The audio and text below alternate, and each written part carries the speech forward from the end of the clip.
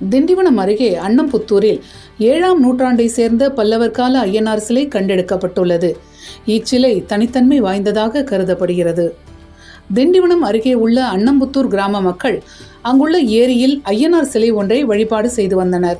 இச்சிலையை விழுப்புரம் அரசு கலைக்கல்லூரியின் வரலாற்றுத்துறை இணை பேராசிரியர் விஜயரங்கம், ஈமான் ஆகியோர் மீளாய்வு செய்ததில் இந்த நெடுங்கல் சிற்பமானது பல்லவர் காலத்தை சேர்ந்த பழமையான சிற்பம் என்பது தெரியவந்தது.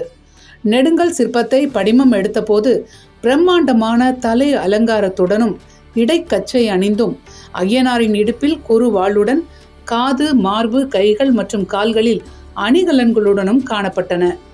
ஐயனாரின் காலுக்கு கீழே குடை போன்ற அமைப்பு காணப்பட்டதால் சிற்பத்தின் அடிப்பகுதியில் இருந்த மண்ணை எந்திரம் வைத்து சுத்தம் செய்து பார்த்ததில் ஐயனாரின் பாதத்தின் கீழே குடை, 2 பகுதிகளிலும் சாமரம், குதிரை, நாய், விளக்கு ஆகியவை பொறிக்கப்பட்டிருப்பது தெரிய வந்தது. வழக்கமான ஐயனார் சிலைகளில் காணப்படும் பூரணி, புஷ்கலை மற்றும் அவரது வாகனம் உள்ளிட்ட எதுவும் இந்த சிற்பத்தில் காணப்படவில்லை. அந்த வகையில் காலத்தால் முற்பட்ட சிற்பமாக இது இருக்கலாம் என்றும் இதன் காலம் கிபி 7ஆம் நூற்றாண்டை சார்ந்ததாக இருக்கக்கூடும் என்றும் கணிக்கப்படுகிறது. 1300 ஆண்டுகள் பழமை வாய்ந்ததாக இருப்பதால் விழுப்புரம் மாவட்டத்தில் இதுவரை கண்டறியப்பட்ட ஐயனார் சிற்பங்களில் தற்போது கண்டறியப்பட்டுள்ள சிற்பம் தனித்தன்மை வாய்ந்ததாக ஆய்வாளர்கள் கருதுகிறார்கள்.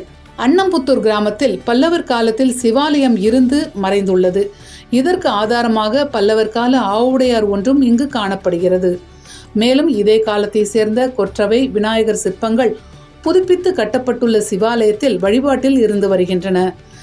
மேலும் சிவாலய வளாகத்தில் உள்ள ராஜராஜ சோழனின் கல்வெட்டுகள் மூலம் இந்த ஊர் பிரம்மதேயமாக இருந்ததையும் அன்னம்புத்தூர் என்னும் பெயர் அப்போதே வழங்கப்பட்டதையும் தெரிந்து கொள்ளலாம் என ஆய்வாளர்கள் கூறுகிறார்கள்.